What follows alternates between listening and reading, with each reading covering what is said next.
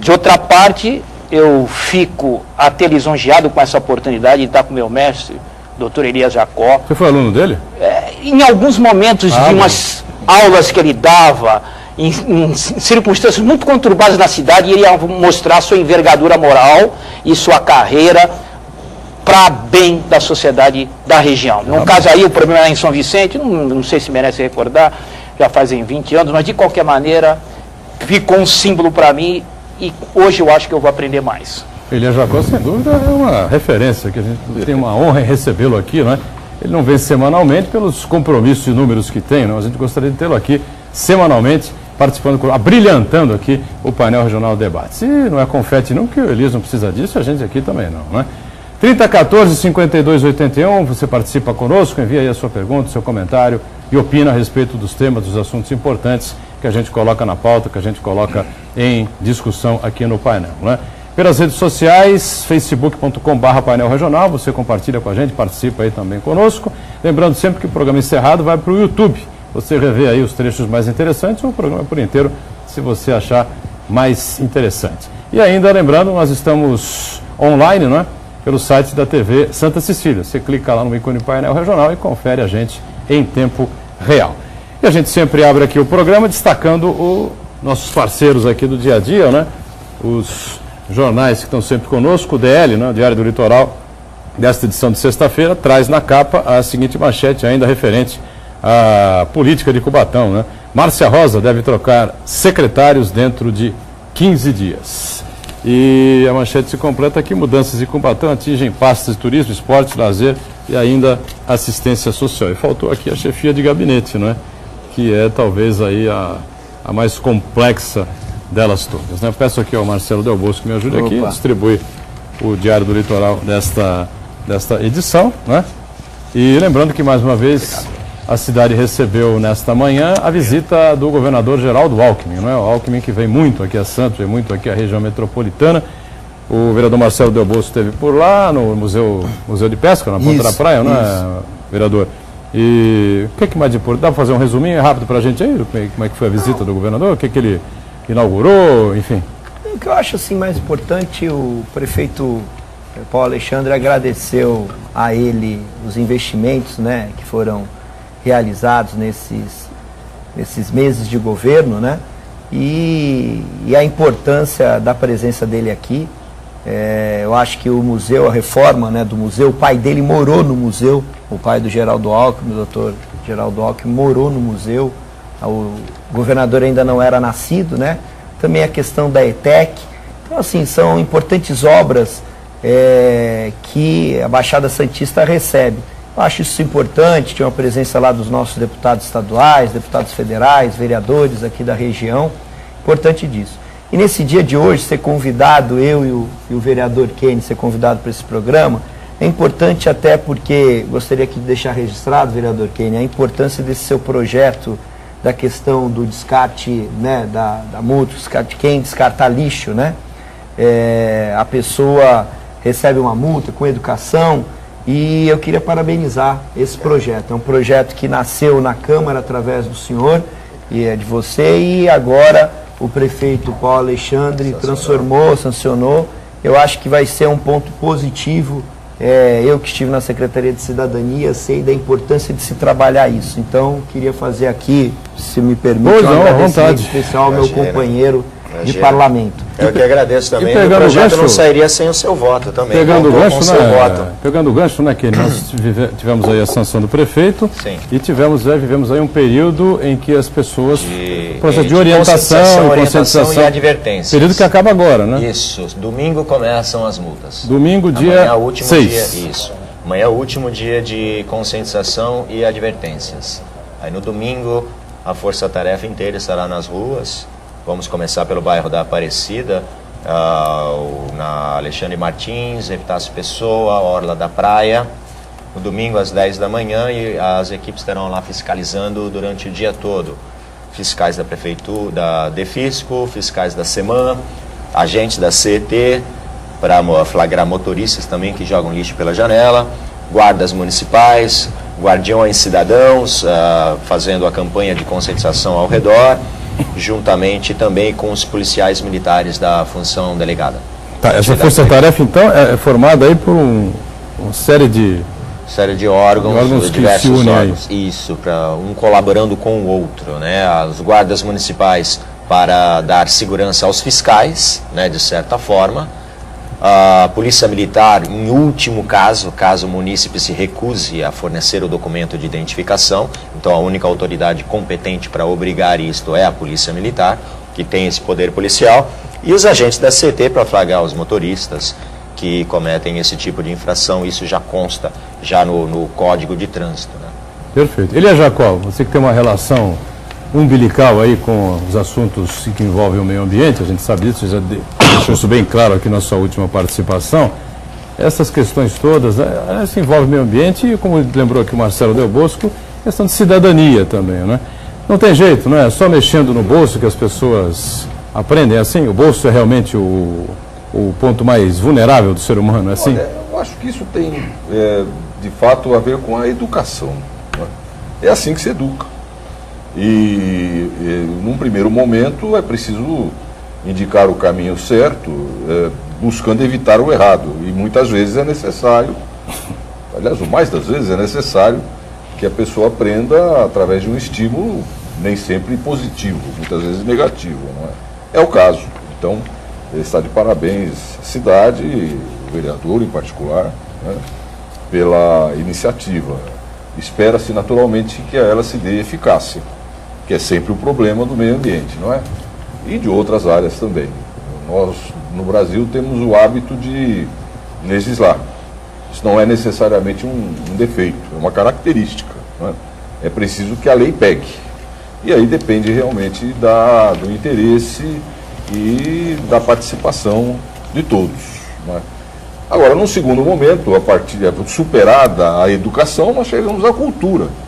Como acontece hoje, nós todos elogiamos os japoneses, porque limparam lá os estádios, o estádio. Incrível. Isso para eles já é uma cultura, não é? Eu creio que antes disso eles devem ter levado muitas palmadas. Né? Sim. Verdade? Eu acredito realmente que esse projeto, essa lei, tem tudo para ser um marco na cidade. Santos pode ser um exemplo. Muito bem. Sidney Costa, queria uma avaliação sua também sobre esse tema que é interessante, né? Vamos ver se a gente consegue vou, inclusive, também avançar. Fazer um gesto de generosidade e lembrar, marca firme de gestão, já que o Marcelo lembrou a do Kenny, antes de fazer até a pergunta para o próprio vereador, quero te parabenizar por a ousadia do projeto dos palitos embalados. Verdade. Que eu tinha uma reserva e tal, até se diz que é menor fio dental, mas a gente sempre fica num momento difícil e vai precisar deles, mas não usava. Agora, quando eu vejo em alguns bares, que eu chamo palito com camisinha, eu fico à vontade de usar. Parabéns pela sua Canudos também, né? Canudos também, moção, Canudos que virou palitos, hoje uma realidade na cidade, e muito mais a sua gestão na Secretaria de Ação e Cidadania, para esse projeto de residência inclusiva, Marcelo. Tocante esse projeto aí, de liberar o idoso, inclusive para estar com familiares e tudo. Espero que seja uma coisa que realmente pegue. Você está de parabéns também, mas a pergunta para o Kenny, o Kenny, não ficou salgado uma bituca de cigarro R$150 no chão? Olha, é o valor, é a média cobrada nas multas, não só no Brasil, né, como também ao redor, vamos dizer assim, da América Latina, né? E tem já um projeto em andamento na Câmara Municipal, onde os comércios que vendem cigarro, lanchonetes, cafés, também serão obrigados a colocar bituqueiras na porta desse comércio. Isso vai contribuir bastante. E o valor da multa, a intenção não é realmente cobrar esse valor, e sim que ele exista para que a população não cometa essa infração, né? Como é o caso do capacete, quando lançaram a lei dos capacetes para motociclistas, todo mundo falou também que não ia pegar, que a multa era alta também. E no final das contas, hoje em dia ele está aí salvando vidas, né? O caso do cinto de segurança, o álcool no volante. Então realmente você também não pode cobrar um valor muito baixo, senão a pessoa ela pode, como se diz, pensar que é um valor baixo, não tem problema, ninguém está vendo, e se alguém presenciar também não vai ser não vai ser um prejuízo tão grande. Então você tem esse impacto também psicológico, né? De outra parte, eu quero parabenizar por vocês começarem pela Aparecida. Realmente Santos tem um problema sério, crônico com lixo, e a Aparecida é sintomático. Parabéns para começar por lá. Obrigado. Tem uma outra ação muito interessante também, nós detectamos 200, eu acabei de sair de uma reunião agora da Prefeitura com o secretário de Comunicação e Resultados, da seu Rivaldo Santos, com o chefe da fiscalização, com o secretário do Meio Ambiente, Luciano Cassione, e estávamos discutindo, e o secretário de Segurança, estávamos discutindo exatamente isso, o caso da Aparecida. E uma ação interessante que nós mapeamos 250 pontos de descarte de entulho, que esse é um problema seríssimo também. A cidade fornece o catatreco, que não só é gratuito, como você tem a comodidade de agendar. Olha, vou me desfazer de um fogão, de uma geladeira, passa tal dia, tal horas para buscá-lo. O munícipe não vai gastar um centavo com isso. É um serviço fenomenal da prefeitura, e mesmo assim eles insistem em jogar geladeira nas calçadas, sofá, colchões, entulho de obra, de construção. Então foram mapeados 250 pontos de descarte, e os fiscais sem o colete vão estar fazendo, como se diz na expressão policial, campana, para tentar flagrar essas pessoas. É a maior multa, Boturão, R$1.000. R$1.000, exatamente. Vamos a estar questão fazendo campanha. fundamental, como colocou o Jacó, né, Marcelo, envolve realmente a fiscalização, né? Se nós teremos que a Prefeitura ter essa capacidade de flagrar aí as pessoas que cometerem essas irregularidades, lembrando que nós temos aí os períodos diferenciados, férias agora do mês de julho, a gente recebe muita gente, especialmente feriadões, virada do ano, né? E ainda a temporada de verão, onde a coisa se multiplica. Né? Não, então, eu acho que esse trabalho que o vereador Kenny está fazendo, teve essa reunião e presente o chefe de departamento de fiscalização, até porque realmente a Secretaria de Finanças e o próprio prefeito, o gabinete do prefeito, tem que dar estrutura para isso. Senão, foi que nem foi falado aqui, a lei vai ter, a lei é excelente, que nós temos que ter uma fiscalização, mas não será culpa dos nossos fiscais, porque o número de fiscais para a cidade é um número pequeno, por isso até que está se fazendo essa força-tarefa e uma participação de outras secretarias. Mas depois que estiver em andamento a lei, é preciso sim até uma estrutura, a questão até de um incentivo a esses fiscais, a fiscalização de postura, a mudança de letra, hoje se discute muito, a mudança de letra do nível deles na prefeitura, porque hoje eles fazem um trabalho, a fiscalização de postura foi um trabalho diferente, né? Ela atende diversas áreas da cidade e diversas seções. Antigamente só existia diversos tipos de obras e finanças, então nós temos uma dificuldade. Então acho que é importante esse contato para que se tenha aí, a gente tem como fazer isso, trabalhar isso na Câmara junto ao prefeito. Sim. Posso dar uma informação também em primeira mão aqui no programa? Muito importante. Agradeço muito a preferência. O secretário Rivaldo Santos teve uma excelente ideia, baseando-se na Prefeitura de Sorocaba, onde um decreto já está sendo preparado pelo prefeito, vai ser enviado a nós na Câmara, dando poder de fiscalização para a Guarda Municipal. E não só para a lei do lixo. Então nós vamos ganhar aí aproximadamente mais de 300 novos fiscais para todo o código de postura da cidade. Então isso é muito importante, principalmente para ter um poder de fiscalização 24 horas por dia, e não apenas no horário comercial. Muitas vezes o munícipe liga para a prefeitura, para o telefone da guarda, ou até o departamento de fiscalização, por motivo de barulho, comércio irregular, mesas e cadeiras nas calçadas, obstruindo o acesso aos munícipes, e não há fiscais disponíveis, né? Principalmente na madrugada, no horário noturno. Então, esses guardas municipais terão esse poder de fiscalização e receberão uma gratificação extra por isso. Então, isso vai ser bom para os guardas municipais, obviamente, e muito bom para a cidade, não só para a lei do lixo, como para todo o restante da fiscalização necessária na cidade, 24 horas por dia. Guarda municipal é outro assunto bastante polêmico, não é? A guarda deu uma enfraquecida aí nos últimos anos, né? O secretário de Segurança esteve conosco na última semana aqui, participando aqui do programa, né? O secretário Delbel, ex-comandante da PM na região metropolitana, e trouxe para cá, né, uma série de investimentos que estão sendo feitos, viu, Elias Jacó? E eu cheguei a colocar a possibilidade da guarda ser armada, né, uma coisa que me parece que no futuro, não tão distante assim, né, será uma realidade, como acontece em Praia Grande, acho que pelo Brasil afora isso vai acabar acontecendo, né? Eu cheguei a questionar aqui o Delbel a respeito de a guarda municipal acabar se transformando numa polícia municipal, né? Nos Estados Unidos você tem uma série de polícias, né? Polícia do Condado, Polícia Municipal, a Polícia do Estado, o FBI, não sei mais o que, né? Uma série de polícias conjuntas, né? O Delbel ficou meio assim, porque sempre a questão é a seguinte: vai municipalizar? Vai, né? Mas e, né? E o dinheiro, né? Para fazer essa manutenção, né? Mas me parece que é um caminho, né? Você não concorda muito? Essa questão é bastante polêmica. É polêmica, né? As guardas municipais, na verdade, elas surgiram no vácuo da antiga Guarda Civil. A verdade é essa. Pouca gente gosta de admitir isso, não é? Mas essa é a realidade. Mas ela tem uma destinação bem diferente, viu, Edgar? A Guarda Municipal é um corpo especializado, deve ser especializado, na preservação dos próprios públicos, não é? E isso não é necessariamente uma ação que exija poder de polícia. Essa é a questão. O problema todo quando você cria uma instituição policial, e aí o nome, poder de polícia, você confere a ela uma parte da soberania do Estado. E isso pode gerar atritos, problemas, como nós temos hoje, com as duas instituições que têm o poder de polícia, a Polícia Civil e a Polícia Militar.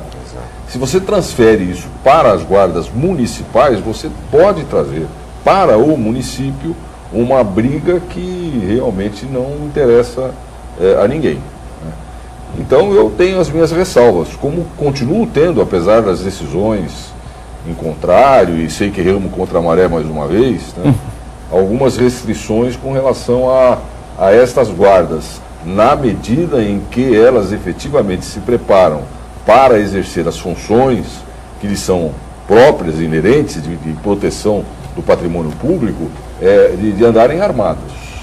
E quando você coloca a arma nas mãos de um cidadão e por trás dessa arma você lhe dá o poder de polícia, você deve ter absoluta segurança de que ele terá toda a condição de usar essa arma na proteção e na segurança da sociedade.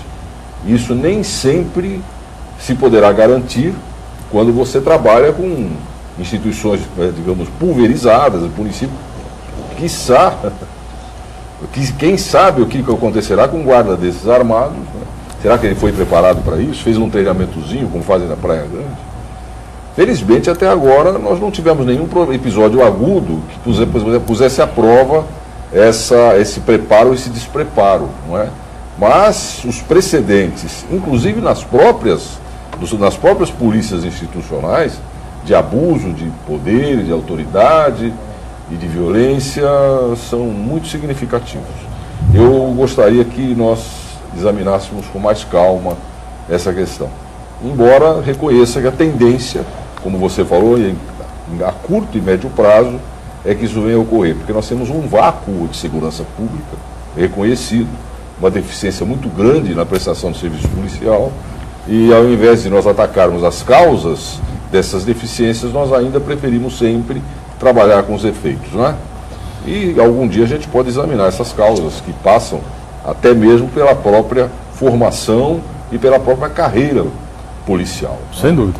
É um assunto bom para a gente continuar debatendo daqui a pouquinho, depois do break, com o vereador Marcelo, com o vereador Kenny, com o Sidney também, né?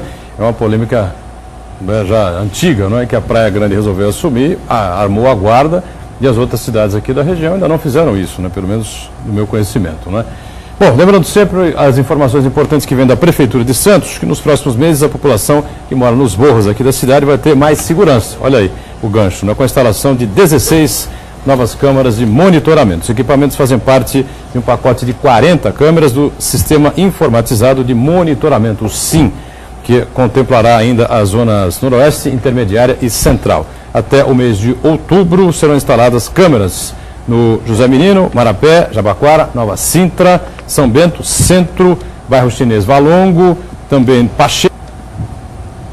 Muito bem, a gente volta aqui com o segundo bloco do nosso painel regional Debates. Hoje recebendo aqui o vereador Marcelo Del Bosco, do PPS, aqui da Câmara de Santos, também vereador Kenny Mendes, também aqui de Santos, do Democratas, o nosso Elias Jacó, advogado e ex-promotor de justiça aqui na cidade, e também o nosso Sidney Costa, radialista, advogado, participando e colaborando com a gente nesta edição, né? O telefone segue aberto aí para você participar também com a gente e ainda pelas redes sociais no facebook.com/painel regional. Você também entra em contato, mantém o seu contato conosco, só confirmando, 3014-5281. Fechamos o bloco anterior, uma discussão interessante, uma polêmica envolvendo aí a Guarda Municipal, armar, não armar a Guarda Municipal. Será que um dia teremos uma polícia municipal, como explicou Elias Jacó, que é contrário a isso, mas reconhece um vácuo aí na segurança pública em todos os municípios. E aí, vereador? Em primeiro lugar, eu acho a guarda mais antiga, né, que é a Guarda de Santos, e o trabalho que eles fazem, a gente tem várias pessoas lá que nós temos muito respeito, e primeiro o que eu vejo é preparar, cada vez mais preparar a guarda, equipar a Guarda Municipal. O Kenny, eu tenho, por exemplo, feito emendas nesse sentido, para que se tenha aí equipamentos para a guarda, desde o colete até o próprio uniforme, que muitas vezes chegava uma outra corporação do município, uma empresa de trânsito, a CT, e o uniforme da guarda totalmente desatualizado. Então eu acho que esse trabalho e a humanização, né? Já tem sido feito isso através aí do pedido do prefeito Paulo Alexandre, mas trabalhar a humanização, porque quem trata o próprio público e mesmo tem um contato com o munícipe é o guarda municipal. Ele é a porta, né, da frente, ele é a linha de frente do governo municipal. Isso é importante, igual o doutor Elias disse aqui, a função da guarda hoje, e que é a total função dela, é cuidar do patrimônio público municipal. Até o Kenny falou nessa situação, quando se tem, não está fugindo da sua linha, quando acompanha o funcionário faz parte da estrutura do município, da prefeitura, tem o direito aí à questão da proteção. Mas é importante nós termos de atualizar a guarda, a questão do preparo, a questão do combate a qualquer tipo de perseguição, isso tem sido realmente colocado. O secretário Delbel é um secretário que tem feito um trabalho muito importante na Secretaria de Segurança, se preocupado muito de poder, com a visão que ele tem da maneira geral de segurança e de próprio público, porque Kenny, você deixou isso, a gente discutindo nos inícios de mandato, eu me lembro bem, na eleição de 2004, uma das propostas que o PPS levou para o segundo turno, para o candidato, na época, Papa, era a criação da Secretaria de Segurança do município. E discutiam isso, a segurança é coisa do Estado. Não, quando a gente fala da questão da criação da Secretaria, de ser de fazer essa interface entre as polícias que existem, né, mas também a estrutura do próprio município. Porque quando nós temos uma rua mal iluminada, quando nós temos buraco na rua ou nas calçadas, dificulta e atrapalha, facilita a insegurança. Ou também, que nem foi dito aqui, a questão da educação, de melhorar as escolas, isso tudo tem a ver, porque eles cuidam do patrimônio da nossa cidade. Então, assim, eu gostaria fui companheiro do secretário Delbel, na Secretaria de Cidadania, e nós fizemos alguns projetos importantes em parceria. A Guarda tem ajudado muito nesse sentido, a Secretaria da Segurança tem ajudado muito nesse sentido, e eu espero que esse trabalho possa melhorar. Nós vimos aí, que você citou, a questão das câmeras de segurança, as câmeras são realidade, a importância, tem um guarda municipal no monitoramento, então esse guarda participa disso, onde conseguiram pegar algumas pessoas que destruíam o patrimônio. Agora, tem que se ter um trabalho. A Turma da Cidadania, que é um projeto da Secretaria da Cidadania, passa muito também por isso, a ajudar nessa questão de não estragar o patrimônio público. E com isso nós poderemos fazer, o próprio secretário Kaká tem feito esse trabalho, mas eu acho que se o governo trabalhar de uma forma conjunta, as secretarias, daria mais certo de ter uma guarda fortalecida. Muito bem. Kenny Mendes quer ouvi-lo também com relação a esse tema, né? Lembrando que o vereador Marcelo coloca é absolutamente correto, que ele já explicou no bloco anterior, a função da Guarda Municipal, né, é efetivamente e exclusivamente de proteger os próprios públicos, né? Agora a gente tem que levar em consideração que, também como o Elias citou no final do bloco anterior, há um vácuo aí na segurança pública e há uma dificuldade danada do Estado administrar, não é, essa coisa, não é, em todas as cidades, todos os municípios. Então, eu não sei se não seria a hora realmente de se rediscutir funções de guarda municipal, criar-se polícias municipais, sei lá. O Kenny, Kenny e o nosso Sidrit ficam à vontade também para debater isso, e o próprio Marcelo e o Elias também para discutir esse assunto. Olha, é uma questão positiva de armar sim, mas momentaneamente, como até o doutor Jacó disse, eu acredito que nós não estamos preparados. Primeiramente, você precisa dar condições para esse guarda. A gente tem que levar em consideração o seguinte: atualmente, um guarda municipal, ele mora na Zona Noroeste, mora no morro, mora numa favela. E de repente você dá poder de polícia, você também vai estar mostrando para os criminosos que agora ele se tornou um alvo, né? Ele se tornou um policial. Então ele precisa desse respaldo também do poder público, né? A segurança própria e da sua própria família. Você vai estar mostrando, colocando um alvo, né, nesse guarda municipal ao torná-lo policial, vamos dizer assim. Então, antes de mais nada, seria preciso toda a reestruturação. Sou a favor, sim, vejo isso na América do Norte, como você mesmo citou, todas as polícias nos Estados Unidos e no Canadá, por exemplo, são municipais. Então, você tem a polícia municipal, a polícia estadual, que trabalha mais nas estradas, né, entre fronteiras, e a polícia federal, né, que lá no Canadá é a polícia montada, né, Royal Canadian Mounted Police. E a polícia municipal, é interessante você ter o policiamento na municipalidade, porque você tem a quem cobrar. Hoje em dia se discute muito segurança, mas quem é que vai cobrar? O governador do estado, né? Só em época de eleições, através da imprensa. Agora já, se há falta de segurança na cidade e é um problema crônico, você tem a quem cobrar. Você pode cobrar os vereadores da sua cidade, você pode cobrar o prefeito da sua cidade para que haja soluções. Então é muito interessante, mas a atual estrutura do nosso país, não estou nem falando da cidade, do estado, do nosso país, ainda não permite isso. Por exemplo, até no próprio governo do estado, você tem duas polícias, né? Você tem a polícia civil e a polícia militar, e as duas muitas vezes não se entendem, e o salário tem uma discrepância muito grande também. O salário da polícia civil é muito mais alto do que a polícia militar, não que seja o ideal, não estou dizendo que os policiais civis ganham bem, pelo amor de Deus, mereceriam ganhar muito mais. Mas há uma discrepância muito grande entre o salário da Polícia Civil, da Polícia Militar, equipamento, aí já falta equipamento na Polícia Civil. Então, tem muitas coisas a serem acertadas ainda antes que a gente possa criar a Polícia Municipal, que seria o ideal, na minha opinião. Sidney, o que você pensa? Olha, Boturão, telespectadores, a reflexão do doutor Elias Jacó, ela vem assim com organograma, né? Na tua imagem, assim, tu já construiu até quase um silogismo. Premissa maior, premissa menor, o que reforça essa história, essa referência dele também como professor. E é ele que eu vou continuar insistindo, porque veio reflexão também ponderável aí do Kenny. Olha, o Foucault, na sua obra Microfísica do Poder, até teve tempo de anotar aqui, ó. Ele diz o seguinte: quer a paz, dê conhecimento ao povo, quer a guerra, dê autoridade a alguns. Por isso fica bem lógico a posição do Elias Jacó. Agora também fica para se discutir, Boturão, o guarda municipal vê alguém depredando lá o patrimônio da cidade, se vai ser mais enérgico e a parte que está fazendo isso oferecer resistência, ele não tem muita autoridade. Tem que chamar a PM. Está em risco, né? Quer dizer que não tem como, professor, achar um meio termo. Por exemplo, a Austrália, que guarda cultura muito parecida com a nossa, a polícia não usa arma de fogo. Usa aquelas armas de choque e tudo mais.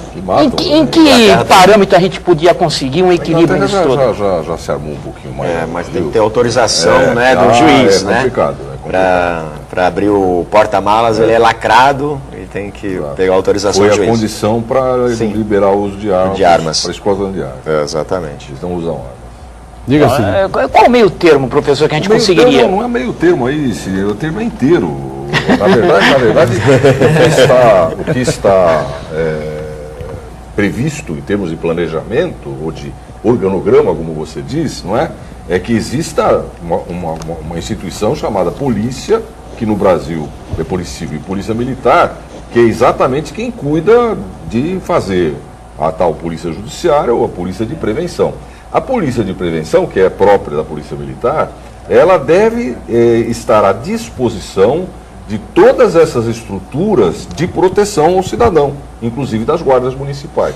Então, se um guarda municipal, no exercício da sua atribuição, toma conhecimento ou de alguma forma é envolvido numa situação que envolve aspectos criminais, sejam eles quais forem, é o momento de convocar a Polícia Militar para dar apoio e posteriormente a Polícia Civil. Já está previsto, não é? Acontece que as coisas não estão ainda, no Brasil pelo menos, muito sincronizadas. Nós temos deficiências muito grandes nessa área. E às vezes são deficiências de gestão, outras vezes deficiências de estrutura. Mas esta solução para esse problema já está previsto no momento em que se criou a Guarda Municipal, já se tem exatamente essa interface, como disse o vereador Marcelo, com as polícias. Por isso a secretaria se chama Secretaria de Segurança Pública. Embora o nome seja questionável, a indicação é essa, não é? Agora, você citou o Defcor, eu citaria o Pedro Aleixo, para sedimentar o meu raciocínio. O Pedro Aleixo dizia o seguinte: Pedro Aleixo foi vice-presidente da República na época da ditadura militar, não é? E ele era um cidadão acima de qualquer suspeita, um modelo de cidadania. E ele tem uma frase que se tornou célebre na nossa área, né? Eu não tenho medo do general, eu tenho medo do guarda-quarteirão. Porque quem comete a arbitrariedade é aquele que está mais próximo do fato e menos preparado. Essa é a realidade, não é? Então, foi mais ou menos isso que aconteceu mesmo. Olha, veja, nós temos a felicidade de ter na chefia da Guarda Municipal, na Secretaria de Segurança Pública, um humanista, um cidadão acima de qualquer indicação, altamente especializado, que é o Sérgio Deubel, e ninguém melhor do que ele para, digamos assim, trazer para a Guarda Municipal o espírito que concilie todos esses aspectos da segurança. Uma observação final, eu esperava que o vereador Kenny falasse isso. A nossa realidade, vereador, é totalmente diferente da realidade da América do Norte, sobretudo nos Estados Unidos. Lá realmente não só a polícia é municipal, como ela está sob a chefia do prefeito. Isso. O prefeito é que nomeia o chefe de polícia. Isso vem de uma tradição de xerife, vem de uma estrutura política confederada, em que efetivamente se dá se valoriza muito o investimento local. Sim. Portanto o prefeito tem recursos para isso. E o prefeito, ainda assim, sofre, essa organização ainda sofre o problema da vulnerabilidade política, não é? Lá eles são eleitos e de vez em quando você sabe que o chefe da polícia é o prefeito e ele se envolve numa... E daí, né? Aquele jeitinho. No Brasil, isso seria simplesmente habitual. Seria da nossa cultura básica. O prefeito não só mandaria na polícia, como com certeza mandaria mesmo. Não devesse mandar. Vamos aproveitar essa explanação aqui do Jacó, fazer mais um rápido intervalo, né, e voltar daqui a pouquinho na sequência do painel regional Debates. É rápido. Olha o delegado.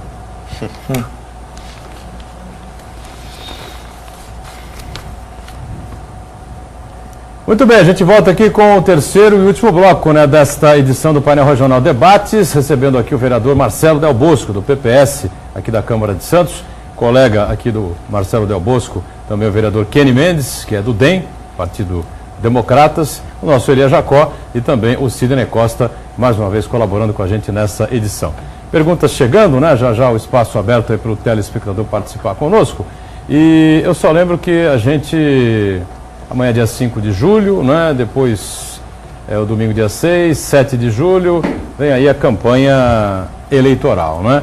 E a gente tem aí uma série de restrições aí que envolve os candidatos, quem vai disputar a vaga aí para deputado estadual, deputado federal, senador, presidente, governador, né? E eu queria rapidamente, o Sidney é especialista nessa área de direito eleitoral, né?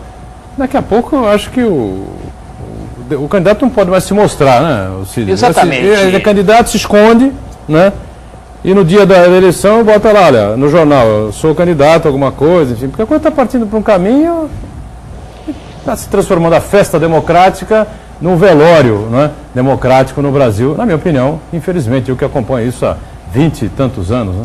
Exatamente, Boturão. Eu vou até medir minhas palavras, porque conheço a atualização e a ilustração do professor Elias Jacó e, portanto, eu vou ficar bem atento ao que eu vou dizer.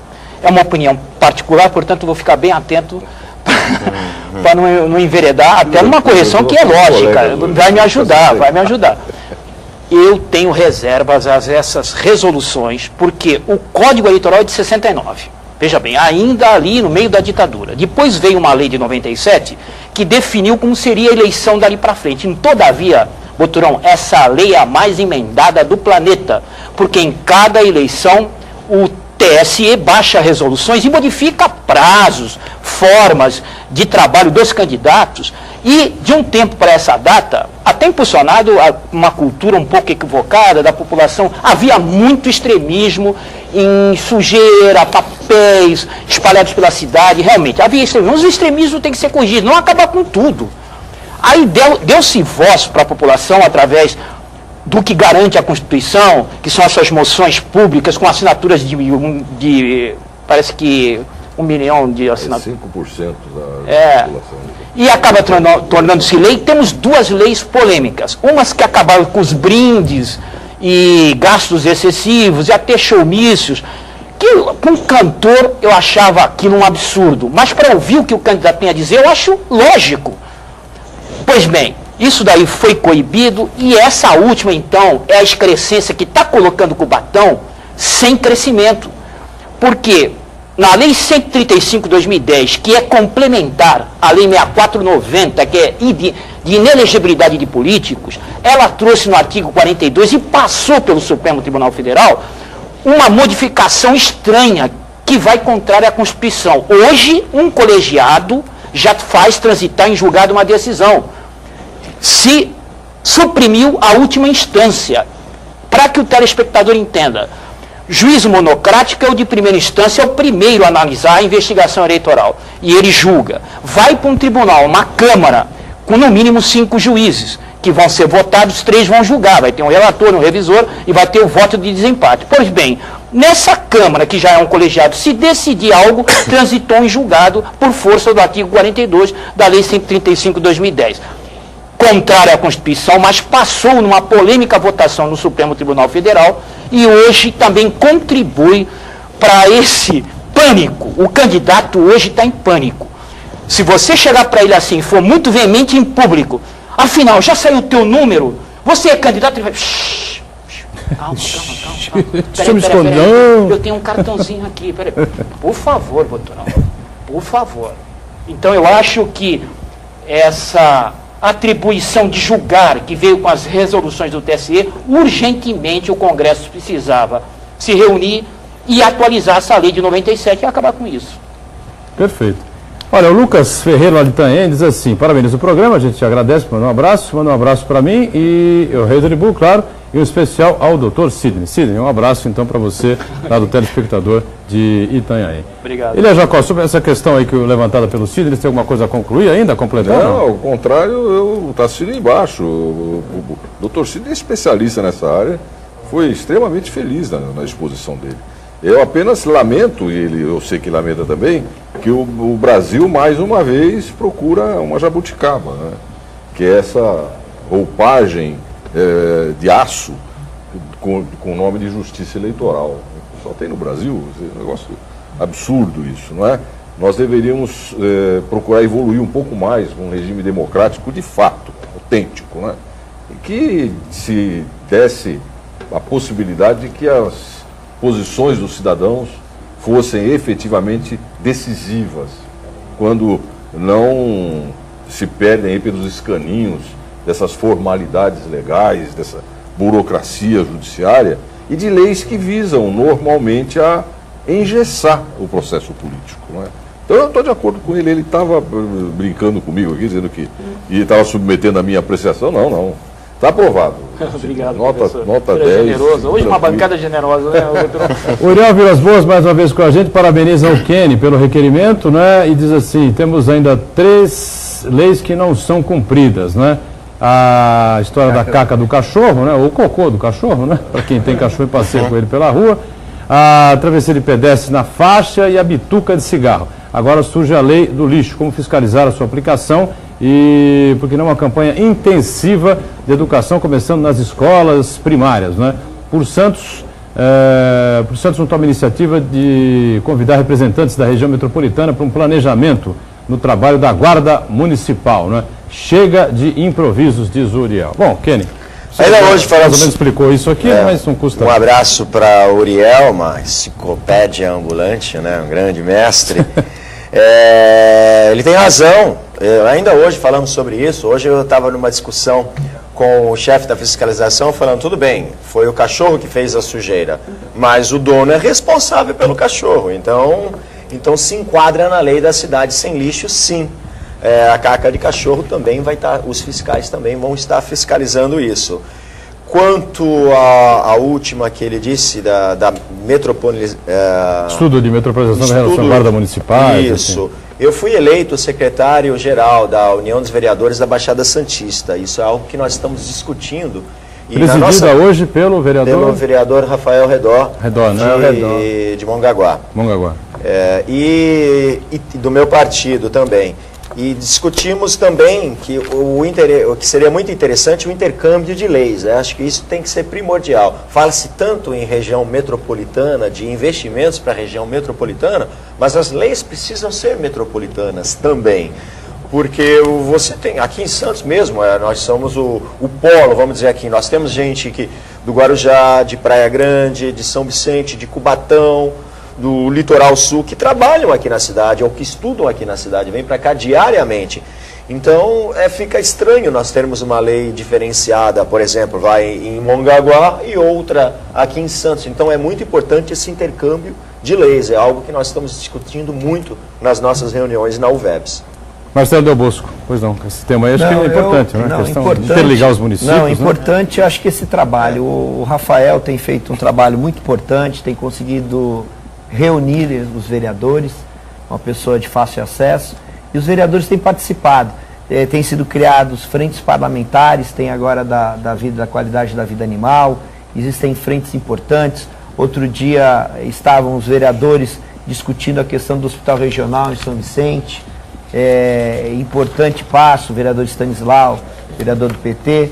Então, quanto mais se trabalha com a região metropolitana, há uma facilidade. Quem tem dado uma atenção muito especial, tem recebido os vereadores, é o diretor executivo da AGEM, o ex-deputado Marcelo Bueno, que tem sido uma pessoa realmente muito atenciosa e levado às reivindicações às câmaras temáticas. Acho que isso mostra um fortalecimento dos legislativos aqui, né, na região. Isso faz com que também as próprias prefeituras façam essa união. Diga-se de passagem, um exemplo importante foi essa reunião que esteve em Brasília de todos os prefeitos, né? Uma iniciativa aí do deputado federal Beto Mansur, mas que todos os prefeitos participaram e deu resultado com a vinda da presidente PAC 50 bi. Com certeza. Nito Elemov diz assim, vereadores, acreditam que as redes sociais serão decisivas nas próximas eleições devido ao grande número de acesso e da velocidade que se propagam as informações? Eu acho uma ferramenta bastante importante, mas acho que essa palavra decisiva, ela é exagerada. Em todo caso, o Del Bosco e o Kenny podem avaliar melhor, porque estão acostumados, né, com o processo eleitoral. Eu acho que nós temos que tomar muito cuidado com as redes sociais, a importância das redes sociais, de se fazer um trabalho, em qualquer sentido, seja um trabalho no dia a dia da cidade, seja um trabalho para eleições, o que for. Mas tem que ter muita responsabilidade. Veja o que aconteceu na cidade do Guarujá com aquela moça, que aconteceu em outros casos também aqui na região e também em outras regiões. Tem que se ter um respeito, a responsabilidade. Dr. Elias e o Dr. Cid estão aqui, sabem disso, tem que sim, que punir essas pessoas que são irresponsáveis, né? E as pessoas que se sintam atingidas por isso, eu acho que tem que ingressar, de qualquer forma, na justiça, porque o respeito tem que existir. Virou uma brincadeira essa forma de tratar a rede social. Ah, não, eu estou falando aqui. Não, a sua expressão você pode colocar a sua expressão da forma que for, só que você tem que assumir a sua fala, né, o que foi colocado, para não dar problema depois. Eu acho que nós temos que manter firmeza, e o homem público, ele tem que ter coragem. Independente se for um meio de comunicação ou não, sabendo do futuro, se tiver retaliação no futuro, entra contra qualquer tipo de emissora, seja de rádio, televisão, de jornal. Eu acho que ninguém é dono de nada, ninguém é tão fraco para não ser ouvido e nem tão forte para não ser contestado. Hoje eu e o Kenny somos convidados aqui com dois gênios aqui, com todo respeito. Já participei com o senhor. Gênio muito, só tem um, Marcelo. Já participei muito esforçado. Não, mas com pessoas que passam para a sociedade pontos importantes. Tive quando muito mais jovem, participando de programa de rádio com o Dr. Elias, aprendi muito, acompanho. E também você, Sidney, tem passado muito ensinamentos, eu acompanho esse programa, como o próprio Edgar. Eu acho que dessa forma, emissoras sérias e uma emissora como a Santa Cecília dá credibilidade aí à nossa querida Baixada Santista. Kenny, você também? Pois não, a parte é seu. O Marcelo tocou num assunto que é uma dor na região. Esse assunto que veio lá com aquela página chamada Guarujá Alerta e vitimou a dona de casa Fabiane de Jesus. A gente está acompanhando esse caso porque o Ayrton Cinto, que é o advogado da família, ele esteve no programa nosso lá de rádio. E eu vou aproveitar a oportunidade, viu, professor? O senhor que militou muito em defesa da sociedade, o delegado não resolveu indiciar e nem acatar o pedido de prisão preventiva do moço que engendrou toda a falácia de uma informação que levou à morte de uma dona de casa que nem sabia o que foi mais grave, porque estava apanhando.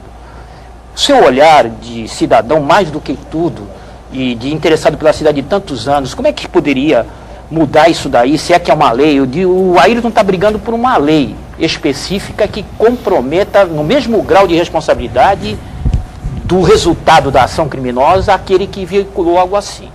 Como é que o senhor vê isso daí? No caso concreto, eu não tenho como opinar, porque não conheço o episódio como profissionalmente, né, a respeito à posição de quem entende que é caso de preventiva, é caso de flagrante, mas o que posso dizer é que a legislação a respeito desse problema é uma legislação que deve evoluir e está evoluindo. Não obstante isso, nós já temos no Código Penal brasileiro, desde 1940, determinados dispositivos que podem perfeitamente ser aplicáveis ou cogitados em hipóteses como esta. Por exemplo, lá já é crime a apologia de crime, não é? O estímulo, o incentivo à prática de crime, não é? Como também é crime, um elenco criminal até bastante razoável, não é? Qualquer ofensa moral ou que possa caluniar, difamar ou injuriar alguém. Até pouco tempo isso estava na famigerada lei de imprensa, já excluída do panorama jurídico nacional, mas nós temos no Código Penal isso. Independentemente disso, há muita legislação, não é, de controle das instituições ou empresas que patrocinam esse tipo de maluquice. Maluquice. Você patrocinar uma chacina ou colocar alguém, né, numa posição tão vulnerável a ponto de ela ser trucidada como foi, isso é crime já, né? Agora, o caso concreto, aí eu tenho que respeitar. A gente costuma dizer em sala de aula que não se aprende história pelo cinema ou teatro e nem direito pelos jornais. Então, sem dúvida nenhuma. Fazer o quê? Nós estamos fechando aqui mais uma edição do Painel Regional Debates. Daqui a pouquinho tem Copa do Mundo, né? Brasil e Colômbia lá em Fortaleza. E é disputa para quem chega à semifinal da Copa, né? O Brasil tomou um sufoco contra o Chile, classificou nos pênaltis. E eu quero saber do Sidney Costa. Hoje vai ser o quê, Sidney? 1-0 Brasil. 1-0 Brasil. Elia Jacó. Difícil, né? 2-1 Brasil. 2-1 Brasil. Vereador Kenny. Estou com o Dr. Jacó também. 2-1 Brasil. Vereador Marcelo. 1-0. 1-0. Tá bom. Eu vou de 3-2 para a seleção. Esse boturão, o Brasil se classifica, está tudo certo. Vamos fechando o painel debates, agradecendo aqui o vereador Marcelo Del Bosco, do PPS de Santos, vereador Kenny, do Democratas, nosso Elia Jacó e o Sidney pelas participações sempre importantes, a você que nos acompanhou. A gente volta segunda-feira, 1h30 da tarde, reprise às 20 horas e às 10 da noite, você sabe, tem o painel regional. Obrigado. Tchau.